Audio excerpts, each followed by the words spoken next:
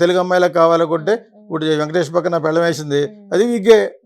కాకపోతే ఆ అమ్మాయి కొంచెం న్యాచురల్గానే ఉంటుంది. రాజేష్ కూతురు, రాజేష్ అంటే యాక్టర్ అతను.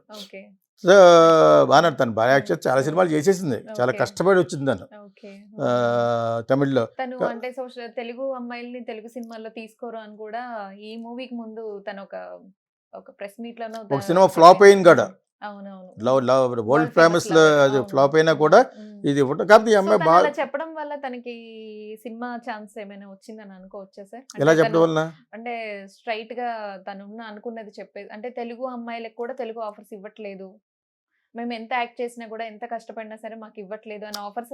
ఏం కాదు, ఫస్ట్ ఆ అమ్మాయి సూటబుల్ అమ్మా, కరెక్ట్ గా వెంకటేష్ భార్య కింద ఈ మధ్యలో సూట్ అయింది. లేకపోతే ఫ్లాప్ అయిన అమ్మాయిని కూడా ఎందుకు ఇస్తారు, తక్కువగా వస్తుంది.